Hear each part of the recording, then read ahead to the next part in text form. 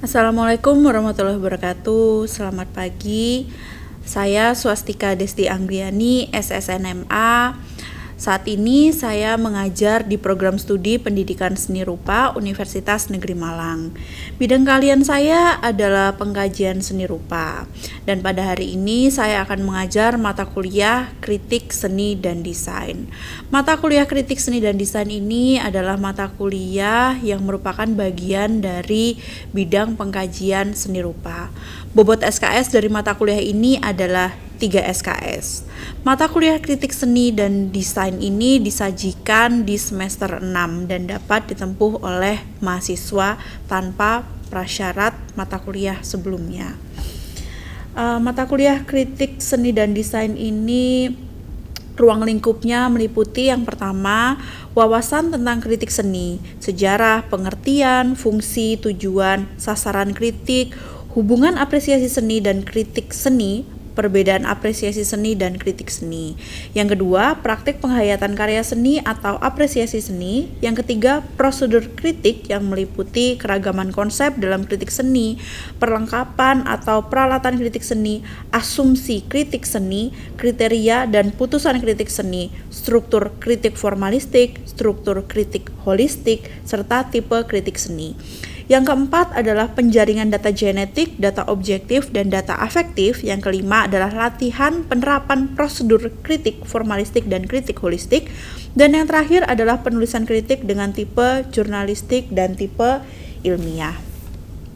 Mata kuliah Kritik Seni dan Desain ini capaian pembelajarannya adalah menguasai konsep, teori, prinsip, dan prosedur ilmiah, serta terampil menganalisis dan mengelaborasi keilmuan riset guna merancang, melaksanakan, dan mengaplikasikannya dalam bentuk penelitian, pengkajian, riset, penciptaan, dan artikel jurnal dengan mengacu pada nilai, norma, dan etika akademik, serta menghargai pendapat atau temuan orisinil orang lain berupa karya ilmiah bidang seni.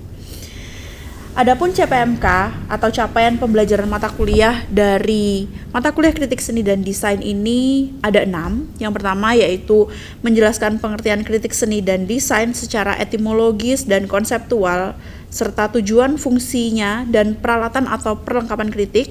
Yang kedua, menjelaskan tipe kritik seni dan desain. Yang ketiga, menjelaskan struktur atau cara penyajian, aspek, dan jenis penilaian dalam kritik seni dan desain. Yang keempat, menerapkan prosedur kritik seni dan desain bentuk formalistik sesuai dengan asumsi objektif serta struktur atau cara penyajian kritik formalistik.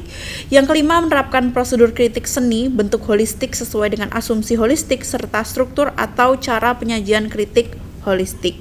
Dan yang keenam adalah membuat tulisan kritik sesuai dengan salah satu atau seluruh tipe kritik. Fokus pembelajaran hari ini yaitu pada pertemuan ke-12, mahasiswa akan mempelajari terkait dengan prosedur kritik holistik. Prosedur kritik holistik tersebut termasuk ke dalam CPMK atau capaian pembelajaran mata kuliah yang kelima, yaitu menerapkan prosedur kritik seni bentuk holistik sesuai dengan asumsi holistik serta struktur atau cara penyajian kritik holistik. Sub CPMK dari CPMK kelima tersebut adalah menjaring data holistik dari seniman, kemudian data objektif dari karya seni, dan data afektif sebagai penghayat dari karya seni tersebut. Kemudian mahasiswa akan diminta menyajikan data atau informasi sesuai dengan struktur atau cara penyajian kritik seni dan desain tipe holistik. Nah, pada hari ini mahasiswa akan belajar menggunakan metode CAS method, dan mahasiswa akan diminta untuk menonton sebuah video di mana video tersebut berisi profil dari seorang seniman yang akan digali data genetiknya untuk dicari latar belakang hidup dari seniman tersebut tentunya. Kemudian mahasiswa akan diberikan sajian sebuah karya seni dari seorang seniman, di mana mahasiswa akan diminta untuk menggali data objektif berupa analisa formal, mahasiswa akan diminta untuk menganalisis aspek-aspek seni rupa apa saja yang ada pada karya seni tersebut, dan juga tentu saja akan mencari bagaimana seniman menyusun atau mengkomposisikan aspek-aspek seni rupa tadi. Dan yang terakhir, mahasiswa akan melakukan apresiasi atau kontemplasi untuk menggali data afektif.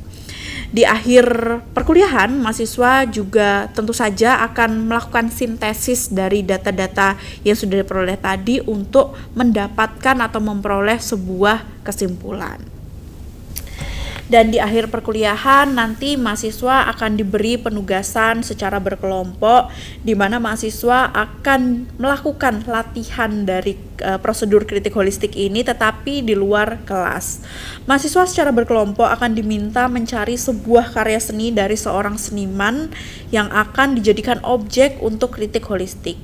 Tentu saja mahasiswa secara berkelompok akan diminta untuk mengunjungi atau datang ke seorang seniman tersebut untuk menggali latar belakang dari seniman, kemudian juga melakukan analisa formal untuk memperoleh data objektif, serta melakukan penghayatan untuk memperoleh data afektif.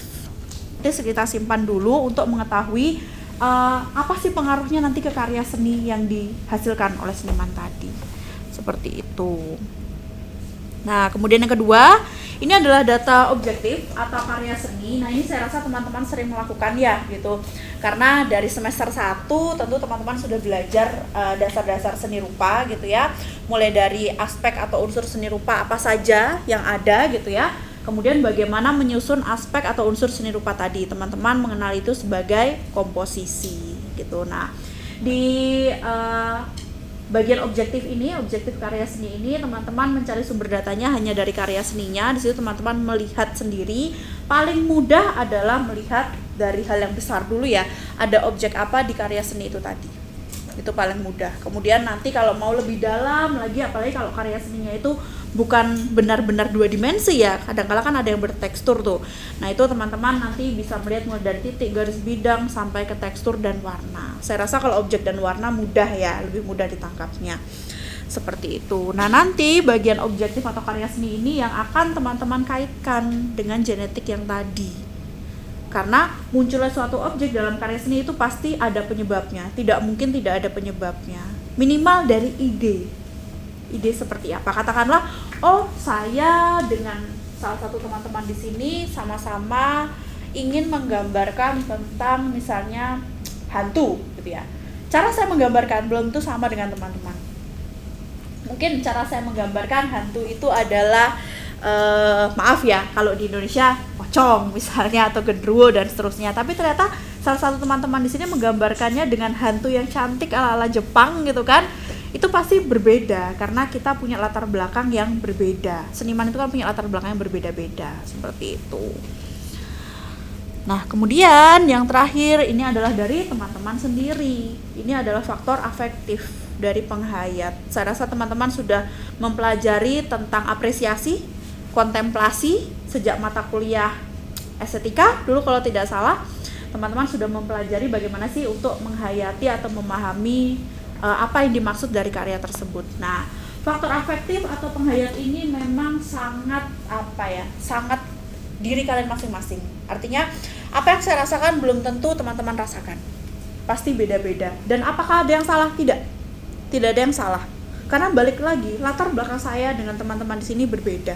Selalu saya sampaikan itu. Jadi tidak ada yang salah. Katakanlah misalnya saya melihat warna merah itu sebagai warna yang sangat menyenangkan, misalnya sangat ringan, sangat menyenangkan. Tapi ternyata teman-teman di sini ketika melihat warna merah itu malah marah, berat. Nah, itu ada penyebabnya yang berbeda-beda. Jadi tidak ada yang salah. Bisa jadi saya melihat lukisan A, saya merasa tertekan. Tapi teman-teman yang lain di sisi lain, oh saya merasa ringan sekali. Saya senang melihat lukisan itu. Jadi itu perasaan yang kalian keluarkan. Gitu ya. Cara menghayatinya bagaimana atau cara mengapresiasinya bagaimana? Ya tentu dengan diam gitu ya, diam melihat gitu ya. Tapi memang masing-masing orang berbeda-beda ya. Ada yang kalau kontemplasi atau apresiasi sendiri, kalau sendiri baru bisa mengapresiasi. Tapi ada yang saya rame-rame nggak ada masalah kok, Saya di pameran yang ramai juga bisa kok mengapresiasi. Oh, kalau saya nggak bisa, saya foto doang gitu kan. Ya udah beda-beda seperti itu. Gitu. Kemudian 3 data tadi itu wajib yang namanya dilakukan sintesis data. Sintesis data itu seperti apa? Sintesis data itu gampangnya adalah saling mengaitkan antara data yang satu dengan data yang lainnya untuk menemukan kesimpulan. Yang saya katakan tadi, misalnya, misalnya yang pertama katakanlah saya memiliki trauma terhadap luka darah misalnya, sehingga ketika saya melihat darah itu saya rasanya menggigil, mau muntah dan seterusnya. Nah, itu saya wujudkan dalam sebuah karya seni gitu ya, dalam sebuah karya ini saya sebagai senimannya misalnya ya. Dalam sebuah karya seni di situ abstrak, saya berikan warna merah dan gradasinya dan seterusnya gitu ya.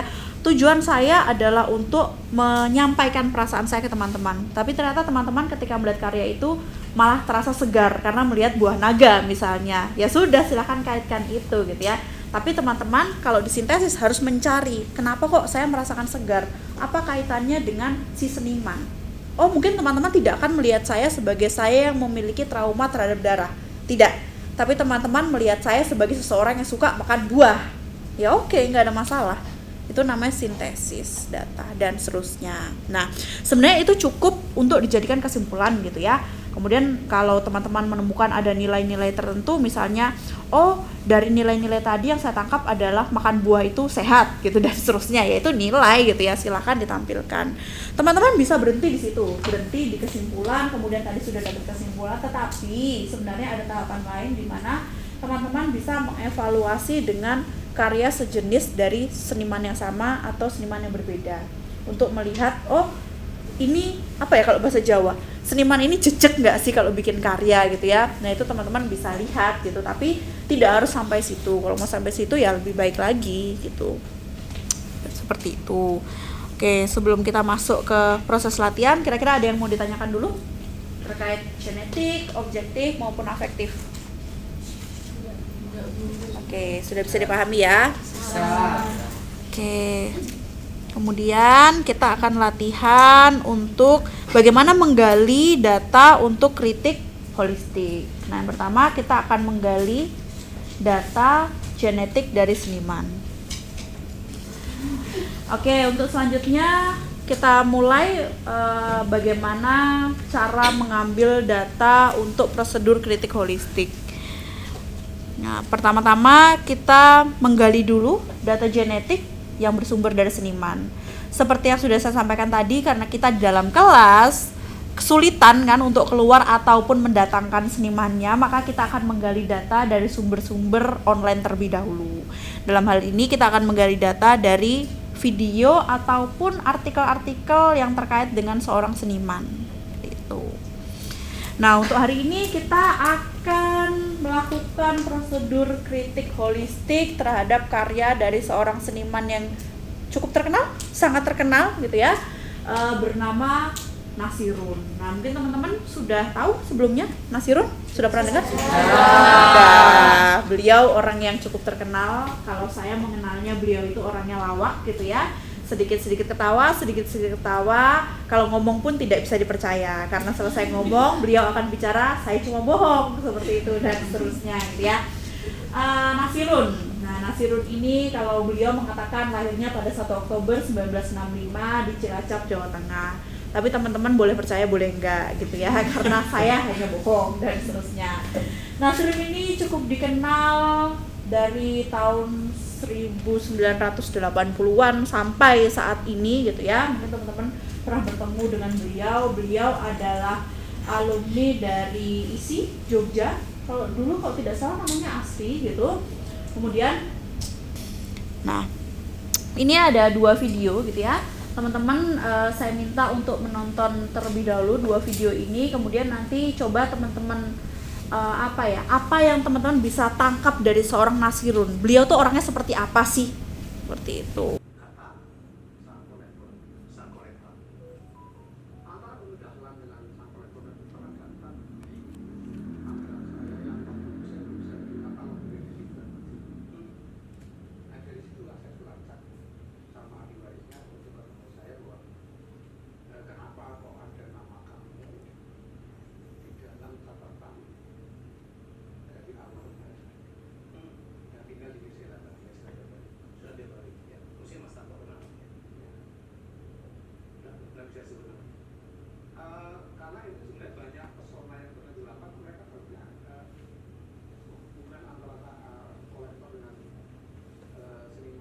Oke, dari video tadi atau yang sebelumnya teman-teman mungkin pernah membaca biografi tentang beliau atau pernah ketemu langsung mungkin gitu ya. Kira-kira seperti apa sih gambaran seorang Nasirun di mata kalian atau di kepala kalian gitu? Silakan. Oke, silakan.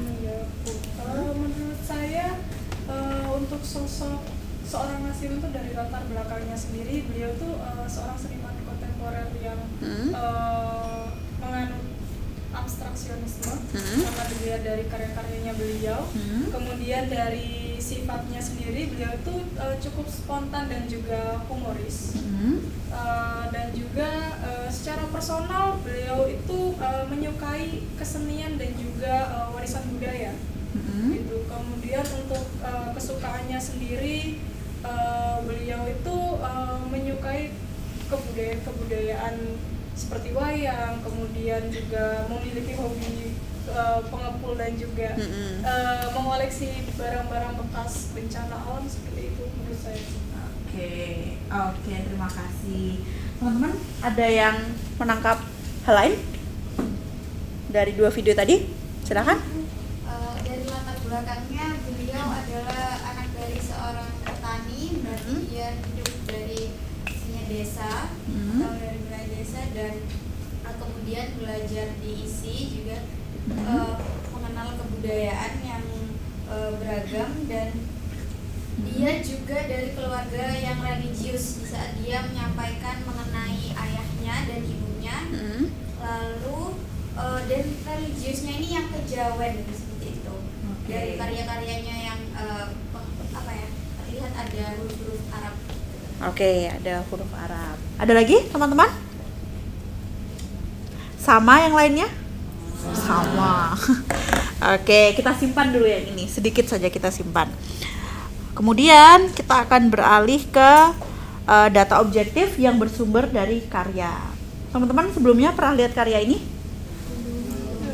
Oke. Ya udah dilihat yang ini ya. Karya ini berjudul Miniatur Konflik gitu ya. Cukup lama, karyanya dibuat tahun 1996 gitu ya. Dari karya ini teman-teman bisa mencoba, belum masuk ke tahap apresiasi atau kontemplasi ya, tapi teman-teman lihat secara gambaran yang bisa ditangkap oleh indera penglihatan kalian gitu. Kira-kira ada unsur-unsur seni rupa apa saja dan bagaimana komposisi kalau teman-teman bisa menangkap di miniatur konflik ini. Kira-kira kalau dari objek dulu, objek apa saja bisa teman-teman tangkap? Ada sosok bayi. Bayi. Lalu? Ada seperti sosok hewan. Hewan? Hewan apa? Kuda. Kuda spesifik. Ada lagi? Objek manusia. Objek manusia? Objek manusia. Seperti manusia. Ada lagi? Tanaman. Tanaman. Lalu? Vas. Lalu? Arwah. Arwah. Ya. Oke. Lalu gak apa-apa. Lalu? Mesin jahit. Lalu? Oke, sudah objek ya. Ada lagi? Kaki yang di atas. Kaki. Oke, objek sudah cukup banyak. Kita coba warna ya. Kira-kira warna apa saja sih yang muncul kalau kita bicara kategori warna ya? Warna itu kan ada warna primer, sekunder, ada warna panas, ada warna dingin. Kecenderungan dari karya itu lebih ke warna yang bagaimana? Panas. Sepakat ya, warna panas. Warna panas. Oke, saya rasa ini dulu saja. Kemudian thank you. Kemudian kita ke afektif atau penghayat. Nah, afektif atau penghayat ini tadi sudah saya sampaikan ke teman-teman. Ini butuh bantuan teman-teman sendiri gitu ya untuk merasakan kira-kira apa ya yang saya rasakan ketika melihat karya ini apa gitu. Gampangnya satu kata aja dulu, misalnya saya merasa jijik, sedih, marah, atau mungkin tadi kepanasan kalau melihat itu, atau penasaran dan seterusnya gitu ya. karya yang sama. Saya perlu zoom ya, pakai karya ini saja. Oke, ketika teman-teman melihat karya ini, apa yang teman-teman bisa rasakan? Sedih. Sumpah, sedih. Gimana? Kalut. Kalut, lalu Nganggur kan. takut, lalu Hangat. hangat, Rumit. rumit, cemas. Ada lagi? Mencekam, lalu kenapa? Banyak pikiran. Oke. Overthinking, betul. Lega. Kenapa? Lega. Lega. Oke, ada lagi? Oke, kita stop sampai sini dulu ya. Kita sekarang punya 3. Satu adalah genetik, satu adalah objektif, dan satu lagi adalah afektif. Oke, dari ketiga data ini kita tidak bisa membiarkan ketiga datanya berdiri sendiri begitu saja gitu ya. Kita harus menemukan kesimpulan apa dari 3 data yang kita peroleh ini. Jadi gampangnya gini, prosedur kritik holistik ini kan nggak mungkin hanya tujuannya untuk menemukan 3 data ini, tapi kita perlu mencari kesimpulan 3 data ini bisa diapakan gitu ya. Diapakannya itu bisa teman-teman gunakan. Yang pertama misalnya untuk mencari alur dari keterkaitan 3 ini terhadap karya tadi. Ketika teman-teman memang goalsnya mau mencari nilai-nilai, itu adalah hasil terakhir dari kalau kita menggunakan kritik holistik katakanlah, maka teman-teman bisa menyimpulkan, oh dari objek tanaman vas tadi yang bersumber dari latar belakang beliau yang orang tuanya petani, rasa yang saya rasakan adalah rasa lega, maka yang bisa saya tangkap di situ adalah adanya nilai, misalnya oh cinta lingkungan, beliau kan memang cinta lingkungan ya. Kemudian ada rasa empati dan seterusnya. Nah, itu adalah kesimpulan atau hasil dari sintesis gampangnya gitu ya teman-teman. Itu kemudian teman-teman bisa kaitkan lagi yang lainnya, misalnya apa ya? Kalau kita bicara komposisi dari semua objek ini, kemudian warna gitu, apa yang bisa teman-teman tangkap komposisinya? Cara penyusunannya? Spontan? Tidak saling berkaitan, berantakan? Sama? Rumit, sama. Kalau kita kaitkan dengan genetiknya, abstrak, spontan, ada lagi? Kalau dari objek-objeknya yang kalau dilihat nyambung nggak sih gitu kan? Ada manusianya dan lain, itu masuk kemana?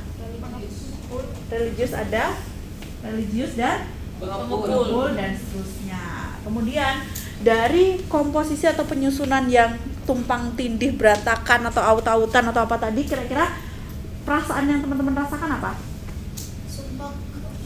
Sumpah, lega, banyak pikiran dan seterusnya, macam-macam ya. Semua yang teman-teman rasakan itu tidak ada yang salah, semua benar, karena kembali lagi kita tidak tahu ya, kalau kita bicara sebenarnya apa sih yang mau ditampilkan oleh Nasirun dalam karya seninya, kan kita tidak tahu dan kita tidak boleh tahu kalau kita mau mengkritik karya seni, karena kalau kita tahu lebih dulu kita akan terpengaruh oleh perasaan Nasirun gitu ya. Tetapi tadi yang saya tanyakan, apa yang teman-teman rasakan, oh ada lega, ada sumpek dan seterusnya, itu karena latar belakang kalian masing-masing beda-beda. Kalau teman-teman tanya, kalau saya gimana ya berantakan gitu ya, ada sumpek, ada kacau dan seterusnya gitu ya, karena ya sudah, kalau saya cenderung lebih menyukai apapun itu tertata gitu ya, berjajar dan seterusnya gitu. Ketika ditumpuk-tumpuk ya perasaannya udah sumpek gitu ya dan seterusnya. Kemudian kalau kita bicara yang sumpek tadi atau acak-acakan atau abstrak dan seterusnya, tumpang tindih tadi, kira-kira ada nilai apa yang teman-teman bisa tarik? Butuh kasih sayang. Sebenarnya ada satu kata lagi loh, nilai-nilai yang bisa ditarik. Nilai yang bisa ditarik gitu, bahwa spontan tadi itu termasuk nilai tidak? Bahwa spontan tadi juga bisa menghasilkan sebuah karya dan seterusnya gitu. Jadi itu adalah kesimpulan sederhana dari proses sintesis atau proses akhir dari kritik holistik tadi gitu ya. Jadi intinya apa? Kenapa kok perlu saya lakukan coret-coret ini tadi gitu ya? Bahwa kalau teman-teman melakukan sintesis itu tidak bisa dibuat kaku gitu loh. Jadi membuat tabel misalnya, genetiknya adalah A, B, C, D, objektif adalah A, B, C, D, afektif adalah A, B, C, D, tanpa ada panah-panah yang saling mengaitkan.